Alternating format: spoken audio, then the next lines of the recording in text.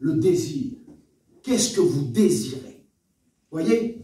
Ça va changer beaucoup de choses. Ce qu'on désire, ça change beaucoup de choses. Parce que c'est, vous savez, c'est uniquement ce qu'on désire qui va se manifester. Peu importe, vous savez, les désirs qu'on a, et bien quand on a des désirs, il y a toute une vie derrière. Quand on a des désirs, derrière, il y a tous des programmes derrière. Quand on a des désirs, il y a toutes des choses qui vont se mettre en place. Des situations où on va se retrouver. Des lieux où on va être. Des personnes avec qui on va cheminer, qu'on va travailler, qu'on va marcher. C'est nos désirs qui vont nous amener à tout ça. Vous savez, dans la Bible, on a l'explication claire, vous savez, parce que Jésus a dit, je vous ai tout annoncé d'avance. C'est-à-dire, on n'a pas de surprise. On n'a pas de surprise. Par exemple, le monde d'aujourd'hui, il est troublé. On a écouté Tony parler sur les événements, sur le monde d'aujourd'hui, sur... on a aujourd'hui tout un trouble qui est fait. Tout un trouble qui est fait. Mais nous, on n'a pas de trouble à avoir, nous. Parce que nous, il nous a tout annoncé d'avance. Nous, on sait comment ça va se passer. Vous voulez savoir comment ça va se passer? Mais n'importe quel pasteur, là, il va vous expliquer comment ça va se passer. La séduction du monde, la décadence du péché, l'accroissement de la pudicité, du meurtre, du vol, l'irreligiosité, la haine de Dieu, l'amour du plaisir plus que l'amour de Dieu, la décadence du monde, l'institution de l'antichrist, la séduction, la grande tribulation, la bataille d'Armageddon. On va tout vous expliquer. On n'est pas des savants, mais on est aux petites brosses. Nous, moi je ne connais pas grand-chose. En mécanique, tout ça, moi je ne connais rien. Mais on est des pasteurs. Amen. Puis on est aux études. Puis on a lu. Puis on a pris nos études dans nos placards. Mais on ne les a pas laissés dans les placards. Amen. On continue à étudier nos études. Amen. Alors si vous voulez savoir quelque chose sur les fausses doctrines qu'il y a autour de nous, vous savez les gars qui font des fausses doctrines et puis qui proclament le Seigneur et puis qui se font passer pour des hommes de Dieu. Ben, si vous voulez savoir pourquoi ce n'est pas des hommes de Dieu, venez nous voir, on va vous expliquer. Nous. Parce que tout ce qui n'est pas dans la Bible, et ça sort de la Bible, eh bien, il faut s'en échapper. Donc, le temps où on est là, on sait ce qui se passe. On sait ce qui va se passer. Eh bien, Seigneur, nous, dans nos vies, pour nos vies spirituelles et chrétiennes, il nous a tout dit. Et puis, j'aimerais vous amener à réfléchir. J'aimerais vous amener à rentrer en vous. Vous savez ce que ça s'appelle? Ça s'appelle une introspection. On n'est pas trop fort dans les mots français. Mais vous savez, s'il faut utiliser des mots français pour pouvoir bien comprendre, eh bien, on va le faire. Vous voyez, on va le faire. Alors, une introspection, c'est regarder à l'intérieur de soi. Parce que, on a tendance, c'est l'humain, ça. C'est l'humain, c'est comme ça. On a plus tendance à regarder, si vous voulez, un peu chez le voisin que chez nous. C'est un peu l'attitude humaine. C'est pas que l'attitude mettons, de notre peuple à nous. C'est en général, si vous voulez, l'humanité a plus tendance à avoir les yeux vers l'extérieur des autres que plutôt avoir les yeux à l'intérieur. Eh bien, ce qu'il faut ce soir, c'est qu'on a les yeux à l'intérieur. Je voudrais vous appeler à vous concentrer sur vous-même. J'aimerais qu'on puisse se concentrer sur nous-mêmes. Et puis, j'aimerais, sans plus tarder, avec vous, faire une lecture. Vous voulez faire une lecture dans la Bible avec moi? On va faire une lecture dans la Bible. Alors, c'est Psaume 27. Psaume 27 et verset 4. On va faire la lecture ensemble.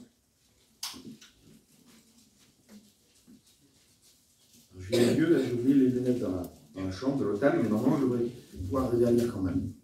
Psaume 27, 4. Fais la lecture ensemble. Oui, à partir du verset 4, c'est bien.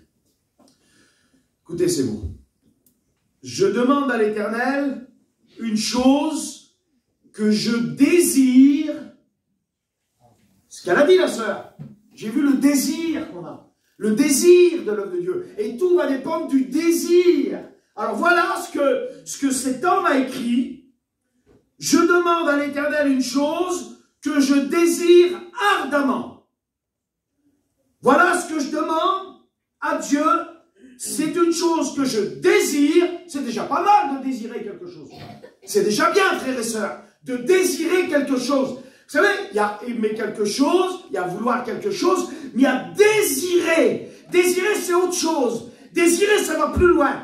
Désirer, ça veut dire que l'être entier, en lui, il y a des sentiments qui se créent, qui font en sorte que c'est une attirance profonde. Vous voyez, c'est ça.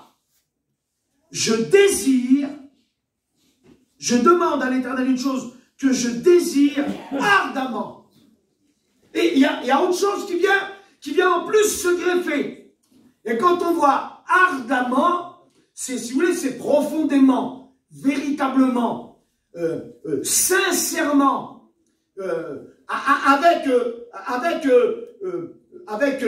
avec désir qui brûle le mot ardemment. Ça veut dire ça. C'est véritablement, dans le profond de l'être, quelque chose qui nous obsède. Vous voyez? C'est quelque chose qu'on vient à vouloir plus que tout. Je demande à l'Éternel une chose que je désire ardemment. Mais qu'est-ce qu'il voulait cet homme-là, si fort que ça? C'est quoi? Qu'est-ce qu'il voulait avec autant de force que ça? Je sais, il voulait quand même fortement, lui. Hein? C'est quoi qu'il voulait? Je voudrais habiter toute ma vie dans la maison de l'Éternel. Pour contempler la magnificence de l'Éternel et pour admirer son temple, car il me protégera dans son tabernacle au jour du malheur. Il ne me cachera pas sa face. Il me cachera sous l'abri de sa tente. Verset 8. Mon cœur dit de ta part, cherche ma face. Je cherche ta face, ô Éternel. Et voilà ce que cet homme désirait ardemment, profondément. Mon cœur dit de ta part, cherche ma face. Je désire profondément, ardemment, plus que tout, habiter dans ta maison. Et mon cœur dit de ta part, mon cœur, écoutez les mots ont un sens. Mon cœur dit de ta part. Ça veut dire que c'est même pas mon humanité qui m'y pousse, mais c'est ton esprit qui m'y pousse. Amen. Mon cœur dit de ta part, c'est encore sous l'effet de ta bonté, sous l'effet de ta grâce, sous l'effet de ton amour. Mon cœur dit de ta part, cherche ma face. C'est pas lui qui dit, mais je veux chercher ta face. Non. C'est mon cœur qui dit par l'Esprit de Dieu. Dieu lui dit, cherche ma face. Amen. Cherche ma face. C'est simple ce soir. Alors, restez à l'intérieur de vous. Peter, reste à l'intérieur de toi. Qu'est-ce que tu désires? Là, maintenant, sur la terre, qu'est-ce que tu désires ardemment? Il lui dit, cherche ma face. Cherche ma face. Et ce soir, vous savez, ce soir, je ne vais pas prêcher très longtemps, mais assez longtemps pour qu'il se passe quelque chose dans nos vies. Amen. Cherche ma face. Mais pourquoi il lui dit ça? Vous savez, on a une humanité en nous. On a une humanité. Et l'humanité, c'est notre plus grand obstacle, notre humanité. Notre humanité, c'est, vous savez, il y a le diable, il y a les démons qui remplissent, la Bible dit que si on les verrait, on ne pourrait pas vivre, parce qu'il y a des combats dans les lieux célestes, il y a des choses terribles. Il y a tout un monde qui existe, qui est là. Hein? Vous dites, je ne le vois pas, mais les yeux, c'est que de la chair. Il y a un monde visible, et ne me dites pas parce que vous ne voyez pas que ça n'existe pas. L'oxygène, vous ne la voyez pas, je prends cet exemple-là, elle est là. Si elle ne serait pas là, vous tomberez mort par terre, s'il n'y a pas d'oxygène. Tout est fait d'atomes, vous ne parlez pas d'atomes tous les jours, mais l'atome, elle est là. Vous ne la voyez pas, mais elle existe. Tout est créé d'atomes. Donc parlez pas des choses visibles. Parlez pas de ça. Il y a quelque chose d'invisible bien plus vrai, bien plus fort que le monde visible. Et on a notre corps, notre être. Et le plus grand obstacle qu'on peut avoir, c'est notre être. C'est nous-mêmes. Parce que, vous savez, des fois, on est avec des caractères dociles. Vous savez, excusez-moi de dire ça, on n'est pas tous les mêmes, on n'est pas tous sur le même pied d'égalité. Il y en a qui partent handicapés. Vous voyez, si jamais on fait une course de 100 mètres et qu'on me met avec 10 bonhommes qui sont ici, je vais partir déjà, quand on va miser sur la course, on va déjà pas miser sur moi, ça je le sais. C'est vrai ce que je vous dis. Quand vous voyez là, il y a 10 bonhommes qui sont là, il y en a un qui doit, vous n'allez pas, il faut parier, ben, vous n'allez pas dire, moi je parie sur lui. Vous savez bien qu'il va partir, même s'il a un grand désir d'y arriver, le désir ne va pas suffire. Il faut derrière la force de y aller. Parce qu'il y en a des fois, ils veulent y arriver, mais il n'y a pas la force en vous-même de y aller, de passer la ligne d'arrivée. Vous partez handicapé. Vous partez avec votre corps, et votre corps il est handicapé. Et il y a plein d'handicaps dans nos vies. Nos caractères. Nos caractères, c'est un handicap terrible, nos caractères. L'héritage familial, c'est l'héritage de tradition. Les liens familiaux, excusez-moi de dire ça, les liens familiaux qui mettent des fois dans des familles, des drames, qui mettent des discordes. Il y a des petits foyers, la petite femme et le petit homme s'entendent très bien, mais il y a la famille tout autour, ils arrivent, et puis à cause d'eux, il y a la misère dans les foyers. Parce que tout le monde n'est pas intelligent. Hein. Et il y a des désirs dans le corps. Parce qu'on est créé comme ça, corps, âme, esprit. Mais il y a des désirs dans le corps. Et dans le corps, il y a des désirs qui sont contraires à ceux de l'esprit. Alors ça fait quoi? Ça fait que, il y a des guerres. Vous avez une guerre en vous. Quand vous voulez venir à Dieu, vous voulez vivre la vie de Dieu, automatiquement, il y a une guerre. Il y a une guerre. Alors, dans cette guerre-là, il va y avoir du combustible. Vous savez, quand on fait la guerre, il faut de l'argent pour faire la guerre. Si on n'a pas d'argent, on ne fait pas de guerre. Il faut de l'argent, ça coûte cher une guerre. Il faut du combustible, il faut du nucléaire, il faut du pétrole, il faut de l'essence, il faut de la nourriture pour les soldats. Il faut plein de choses pour faire une guerre. Eh bien, si vous voulez partir en guerre qu'avec la chair, vous êtes mort. Comprenez ça? Il faut avoir du combustible pour partir en guerre. Il faut avoir la force de partir en guerre. Mais notre combustible à nous, il ne se trouve pas dans les gisements. Notre combustible à nous, il ne se trouve pas dans les montagnes, à aller pelleter puis trouver les minéraux. Non, notre combustible à nous, il se trouve à la croix.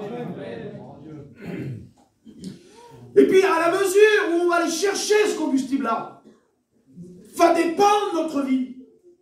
Mon cœur dit de ta part, cherche ma face. Pourquoi? Mais pourquoi? Pourquoi? Parce que nous sommes vivants. Nous sommes vivants. Et dans notre nature, il y a l'héritage de nos pères depuis des centaines de milliers d'années qui est là. Et l'héritage de nos pères qui coule dans nos veines, elle est contraire à l'œuvre de Dieu. Elle est contraire à l'œuvre de l'Esprit. Elle est contraire à l'œuvre de Dieu sur la terre. Et pour pouvoir anéantir tout ça, il faut qu'il y ait une force extérieure qui vienne et qu'on se soumette à elle. Si on ne se soumet pas à elle, c'est nous qui va agir, c'est nous qui va faire, c'est nous qui va penser. Et automatiquement, on va tomber dans de la misère. Automatiquement. Vous savez, des fois, on veut bien faire, mais c'est pas parce qu'on veut bien faire qu'on fait bien. Et puis moi, qui vous parle, j'ai été souvent soumis à ces traits caractériels. Souvent soumis à ce que j'étais, qui me faisait du mal. Puis quelquefois, on n'y arrive pas même si on veut. Parce que c'est nous. Comprenez comment vous séparez de vous. C'est compliqué quand même. C'est ce que vous êtes. Mais ce que vous êtes, le Seigneur a la possibilité de le changer. Amen. Vous savez, regardez, un papillon. Il est papillon. Avant d'être papillon, il est chenille. Une chenille, elle va, elle se balade, et elle marche sur tout, et elle mange n'importe quoi. On la retrouve, excusez-moi, sur des ordures. Une chenille, on la retrouve sur des cadavres d'animaux morts. Une chenille, on la retrouve dans les fossés, on la retrouve sur toutes sortes de choses. C'est une chenille. Puis, arrive un moment, la chenille monte dans les hauteurs. Et quand elle monte dans les hauteurs, il se passe quelque chose. Il va y avoir une chrysalide qui se fait. Et à l'intérieur de cette chrysalide-là, à l'abri de tous les yeux humains, il va se passer une métamorphose. Et à la suite de cette métamorphose, quand la chrysalide va s'ouvrir et que le papillon va sortir, eh bien, il n'a plus la même vie. Avant, il se traînait par terre. Aujourd'hui, il vole. Avant, il allait sur des charognes. Aujourd'hui, il va sur des fleurs. Vous comprenez que c'est deux vies différentes. C'est complètement différent. Et puis, le Seigneur, lui, dans son amour de chenille qu'on était, il veut nous faire devenir papillons. Mais nous, on n'a pas la force de se transformer en papillon. C'est pas possible. Il faut un miracle qui vient du ciel. Et il dit à son serviteur, cherche ma face. Puis j'aimerais faire une autre lecture avec vous. Vous voulez faire la lecture avec moi? On va faire la lecture ensemble. Ça se trouve dans le livre de l'Exode. Exode 30.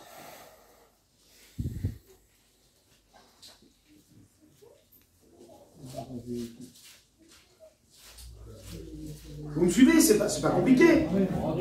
Entendez. Exode 30. Et au verset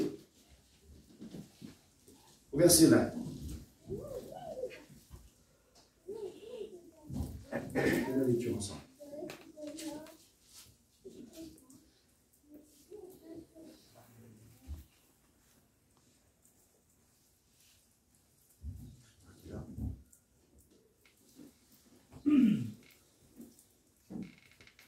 L'Éternel dit, tu ne pourras pas voir ma face et vivre. Tu ne pourras pas voir ma face et vivre. Si je me suis trompé dans la référence, je vous la redonnerai tout à l'heure. Tu ne pourras pas voir ma face et vivre. Comment ça? Il dit non, tu ne pourras pas voir ma face et vivre. Et vous savez, quand Paul, sur le chemin de Damas, la Bible nous dit quand il marchait sur ce chemin-là, il était rempli de convictions, il était rempli de désirs, mais il avait des désirs qui n'étaient pas selon la volonté de Dieu. Il était rempli de convictions, rempli de désirs, et puis sur le chemin, il a vu Jésus. Parce qu'il dit même après dans les Épîtres, il explique, il dit, moi, j'ai vu Jésus, j'ai parlé avec lui. Et quand il était là, il a été confronté à Jésus. Et il a vu Jésus. Et c'est vrai ce qui est écrit dans le livre de l'Ancien Testament. On ne peut pas avoir Dieu face à face et vivre. Tout ce qui était religieux en lui est mort. Tout ce qui était religion, habitude, tout ce qui était charnel en lui est mort à la rencontre du Seigneur quand il l'a vu face à face. Et quelquefois, mes frères et sœurs, on a trop d'humanité en nous. On a trop d'humain en nous. On est trop caractériel. Il y a trop de désirs charnels. Il y a trop de choses humaines. C'est à cause de quoi? Parce qu'on manque de face à face avec lui. On manque de face à face avec lui. On ne peut pas voir Dieu et vivre. C'est pas possible. Et pour faire mourir ce que nous sommes, pour faire mourir ce qu'on est, il nous faut une chose, c'est rentrer dans sa présence et se mettre face à face avec lui. Et c'est sa face qui va consumer en nous toute cette partie humaine, toute cette partie charnelle, tous ces mauvais désirs. Parce que quand on est face à lui, tout ce qui est religieux meurt. Puis c'est pourquoi quelquefois on est bien trop vivant dans nos églises. Il y a des parties de nous-mêmes qui sont bien trop vivantes. C'est à cause de ça. C'est parce qu'il y a des parties de nous qui sont bien trop vivantes, qui ne sont pas assez présentées à Dieu, devant lui. On ne peut pas voir Dieu et vivre. Et c'est la vérité, mes frères. Mon cœur dit de ta part, cherche ma face. Et vous savez, chercher la face de Dieu, mes frères et sœurs, c'est pas... Je voudrais qu'on réfléchisse à ça. Chercher la face de Dieu, c'est pas simplement venir à la réunion. Chercher la face de Dieu, c'est pas simplement prier, vous savez, rendre grâce pour la nourriture. Chercher la face de Dieu, c'est pas simplement prier le matin, puis s'en aller. Vous savez qu'il y a des fois de la religiosité qui rentre dans nos vies. des habitudes, où on croit que c'est la vie de Dieu. Mais la vie de Dieu, mes frères et sœurs, c'est bien plus que ça. La vie de Dieu, c'est bien plus que venir à la réunion. Et vous savez, vous faites bien de venir à la réunion ce soir. Et on vous en remercie. Et c'est indispensable de venir à la réunion. Mais ce n'est pas que ça. Parce qu'il y a des personnes, leur vie chrétienne, elle se passe comme ça. C'est qu'ils viennent à la réunion, puis à côté, ils vivent leur vie à eux. Et puis on ne peut pas, mes frères et sœurs, vivre nos vies à nous. Et puis venir à la réunion et espérer, mes frères et sœurs, avoir quelconque force en nous pour combattre la chair, le diable et tout ce qui va avec. Vous savez, il y a la forme, il y a le fond. La forme, c'est ce qu'on voit. La forme, c'est le visuel. J'ai dit tout à l'heure qu'on a des choses visuelles qu'on voit. La forme, c'est ce qu'on voit. La forme, c'est ce qu'on voit, c'est la réunion, les chaises, la salle. La forme, c'est ici, nous, avec nos foulards. La forme, c'est ici, nous, avec nos guitares qui chantent. La forme, c'est ici, c'est nous qui vient prêcher, ça, c'est la forme. Mais il y a le fond. Et vous savez, la forme, le diable, il n'en a rien à faire. Lui, c'est du fond qu'il a peur. Lui, parce qu'il sait que c'est le fond qui va combattre. Il sait que c'est le fond qui a la victoire. Il sait que c'est au fond qui a la force. Et le fond, vous savez où c'est qu'il se trouve? Il se trouve que face à face avec le Seigneur. Il se trouve qu'à cet endroit-là. Vous savez, je vais vous dire quelque chose. Des fois, on est prisonnier. Ah, on n'a pas des prisons de barreaux. Moi, je vais à la prison du Mans. Et je fais, moi, des réunions dans la prison du Mans. Puis les garçons, ils sont prisonniers par leurs barreaux, par leurs murs. Mais des fois, il y a d'autres prisons, vous savez. C'est des prisons qu'on a à l'intérieur. Puis vous savez, il y a beaucoup de chrétiens, il y a beaucoup d'enfants de Dieu, de mes frères, des fois de mes sœurs, qui viennent et puis qui voudraient tellement changer. Mais ils n'y arrivent pas. Et puis après, vous savez, il y a des restrictions qui se font. Et puis ils ne comprennent plus rien. Parce qu'ils se disent, mais pourtant je suis à la réunion, mais pourtant je chante, pourtant je suis à la réunion, j'aime le Seigneur. Puis c'est vrai qu'il y en a qui aiment le Seigneur, c'est la vérité. Et puis on part en mission. Et puis moi je suis baptisé. Mais oui, mais pour que l'être humain meure, pour que cet être-là meure, il faut plus que venir à la réunion. Il faut se mettre au pied du Seigneur et demander au Seigneur qui vienne nous transformer à l'intérieur. Il faut chercher les forces de combattre nos propres caractères, nos propres désirs, nos propres volontés. Il faut qu'on vienne prier le Seigneur de venir nous tenir assujettis. Il faut qu'on vienne prier le Seigneur en disant, Seigneur, je t'en supplie, garde-moi de moi-même. Seigneur, délivre-moi de moi. Seigneur, je t'en supplie, viens et agis en moi. Parce qu'on sait, chacun de nous, quelles sont les parties de nos vies qui viennent à nous faire défaut. Les parties de nos vies qui viennent à nous mettre même en défaut. On le sait. Et on vit avec. Mais on n'est pas obligé de vivre avec. On peut les soumettre à Dieu. On peut les soumettre au Seigneur. On va faire une autre lecture ensemble. Vous voulez? Amen. Je ne vous ennuie pas? Amen. On va faire une autre lecture ensemble. Je vais faire cette lecture avec vous. Ézéchiel.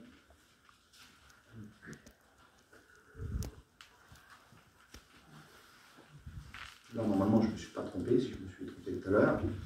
Ézéchiel 3. C'est la lecture. Il me dit, fils de l'homme, mange ce que tu trouves. Mange ce rouleau et va parler à la maison d'Israël. Ouvre la bouche. Et il me fit manger ce rouleau.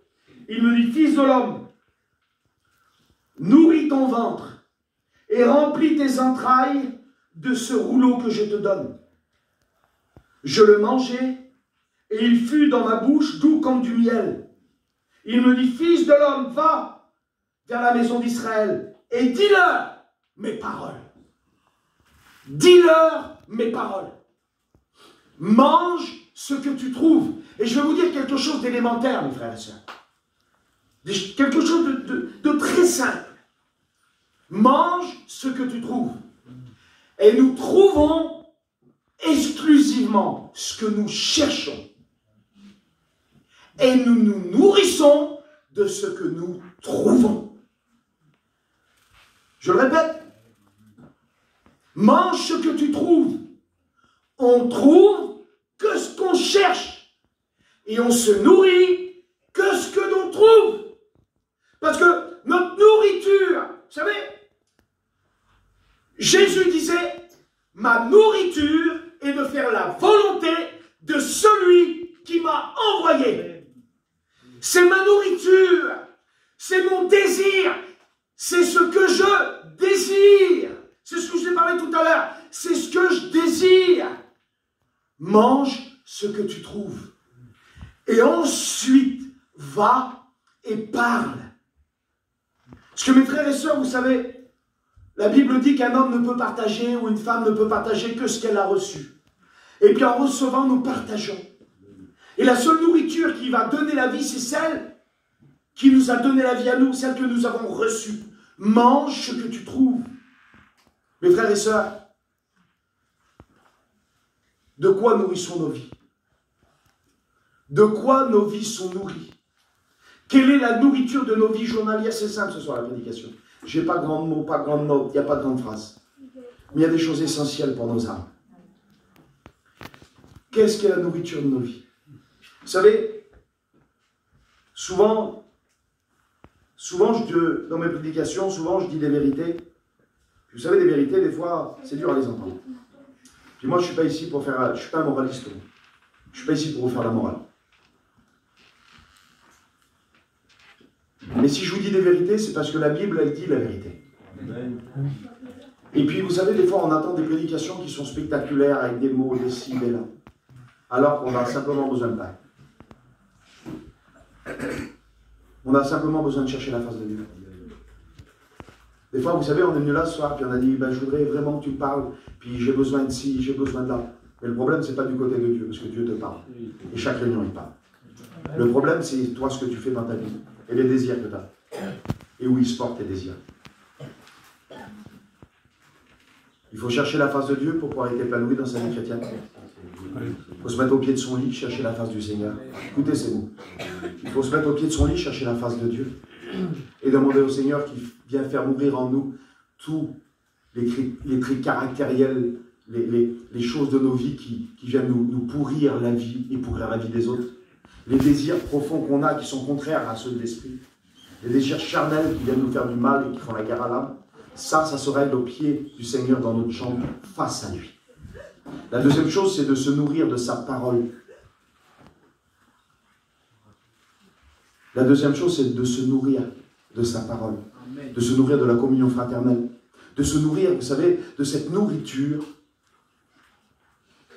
Il n'y a rien, c'est là. C'est de se nourrir de la nourriture que le Seigneur nous apporte. Cette nourriture spirituelle de chaque jour. Vous savez, mes frères et sœurs, quelquefois on se retrouve dans des vies spirituelles qui sont pauvres. On a des combats difficiles, on est dans des réunions. Vous savez, souvent, dernièrement, ça m'est arrivé, là où même à l'endroit où je suis, et il n'y a personne qui sont ici, quoi, et c'est personne de là-bas est là, donc je peux le dire. Des vies faibles, où c'est difficile, où c'est dur. Mais il faut voir aussi quelle vie, sans communion fraternelle, sans lecture de la Bible, sans face de Dieu qui brille sur nous. Comment voulez-vous être chrétien, mes frères et sœurs? Comment voulez-vous faire? Le Seigneur, vous savez, nous a donné des ordonnances. L'ordonnance, vous savez, c'est pas compliqué. On la porte chez le médecin. Le médecin nous la donne, on la porte chez le pharmacien. Et on prend les médicaments que le médecin nous prescrit. C'est ça ce que je vous dis ce soir. Un jour, vous savez, Norton m'a raconté cette histoire-là, souvent qu'il a vécu. Un homme a reçu une ordonnance, et puis le médecin lui a dit, si tu suis l'ordonnance, tu vas vivre. Si tu ne la suis pas, tu vas mourir. C'est ça, en fait. Et puis cet homme n'a pas suivi l'ordonnance. Vous savez, on a une ordonnance. Et puis vous savez que les mots que Jésus prononçait, c'était plus assez. Vous savez? C'était plus assez. Est-ce trop peu pour vous? Est-ce trop peu pour vous? Est-ce trop peu pour vous que je vous dis simplement ce soir qu'il faut vous mettre à genoux et prier? Est-ce trop peu pour vous que je vous dis que de trouver la force, elle se trouve quand Jésus-Christ au pied de son lit? Est-ce trop peu pour vous de vous dire que la nourriture qui va vous faire avancer et combattre le péché, c'est simplement la lecture de la Bible, vous mettre à part, laisser tomber la télévision, les jeux vidéo sur le téléphone, de ne pas aller dans des endroits qui vont vous éloigner du Seigneur? C'est trop peu pour vous? Vous attendez à quoi ce soir? Quelle prédication vous attendez ce soir? C'est trop peu pour vous? À quoi vous attendez comme prédication? Qu'est-ce que vous croyez que j'allais prêcher ce soir? Qu'est-ce que vous croyez que j'allais dire ce soir? Qu'est-ce que vous êtes venu entendre ce soir? Un roseau agité par le vent? Qu'est-ce que c'est vous attendez? Vous attendez quoi comme parole de Dieu chez les pasteurs? Vous attendez quoi comme révélation spéciale? On n'a pas de révélation spéciale. Il faut se mettre à genoux dans nos chambres. Il faut se mettre devant la face de Dieu. Écoute, tu as voulu la solution pour ta vie, ça fait longtemps que tu traînes la galère et la misère. Il y a longtemps qu'au culte, tu es toujours triste à cause des mêmes choses. Et tu voulais une réponse de Dieu, mais tu t'attendais à des choses extraordinaires. Ben, la réponse de Dieu, elle est tout simple. C'est que le problème, il n'est pas de son côté, il est du tien. Tu veux la solution? Vis la vie de Dieu. Amen. Prends du temps à prier, à jeûner. Mets-toi au pied de ton lit, prie le Seigneur. Lis la Bible. Arrête avec toutes les choses qui te prennent du temps. Refuse les choses du monde. Mange ce que tu trouves et cherche la face de Dieu. Et toute la vie de misère que tu as, et tous les problèmes que tu as, et toutes les difficultés que tu as, et le manque de force que tu as d'aller à la réunion, et les peurs que tu as, et tout ce que tu as, tout va disparaître si tu t'approches de la face de Dieu. J'ai rien d'autre à vous dire. On prend le fond.